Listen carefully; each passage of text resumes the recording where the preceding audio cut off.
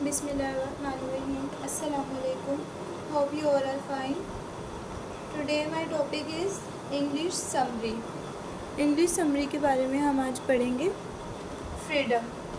Freedom में हमारे पास जो है नेस्टन हक्स क्या कहते हैं, हमारे पास वो फ्रीडम का मतलब होता है आज़ादी. ठीक है, तो वो फ्रीडम की बात करते हैं.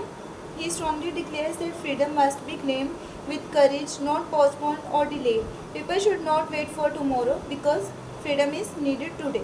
वो कहते हैं कि फ्रीडम जो है वो हमें आज ही हासिल करना चाहिए. आज़ादी के लिए हमें आज ही कोशा रहना चाहिए और आज़ादी जो है हमें आज ही हासिल करनी चाहिए. हमें वक्त पर नहीं छोड़ना चाहिए कि हमें आज़ादी जो है कल मिले या आने वाले मुस्तकबिल में मिले. ठीक है, तो जो लोग हैं, लोगों को डिले नहीं करना चाहिए इस चीज़ को, बल्कि उन्हें अपने हकूक़ हासिल करने चाहिए. ठीक है, अपने हकूक़ के लिए लड़ना चाहिए, अपने पाँव पर खड़ा होना चाहिए.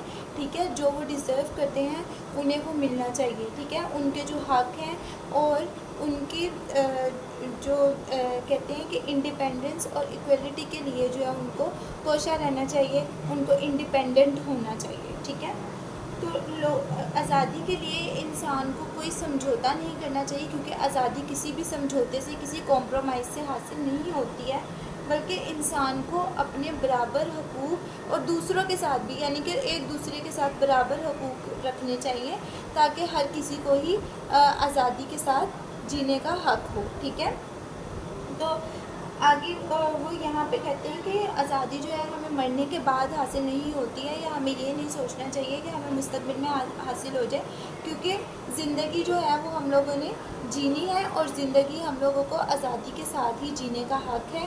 तो इसीलिए हमें उसके लिए कोशिश करते रहना चाहिए. ठीक है, हम लोगों ने खुद अपने लिए कोशिश करनी है. ठीक है, तो जैसे वो बात करते हैं यहाँ पे, उन्होंने एक बीज के बारे में बात की है.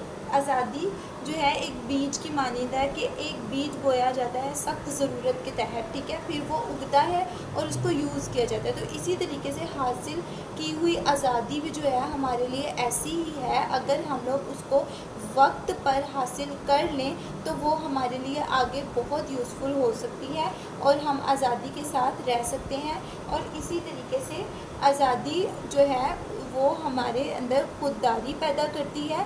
ठीक है, और जो है ये हमारा इंसाफ करती है. ठीक है, और हमें बराबर का हकूक़ देती है एक दूसरे के साथ रहने का. बस इस समरी के अंदर यही कहा गया है और यहाँ पर हमारी समरी एंड होती है.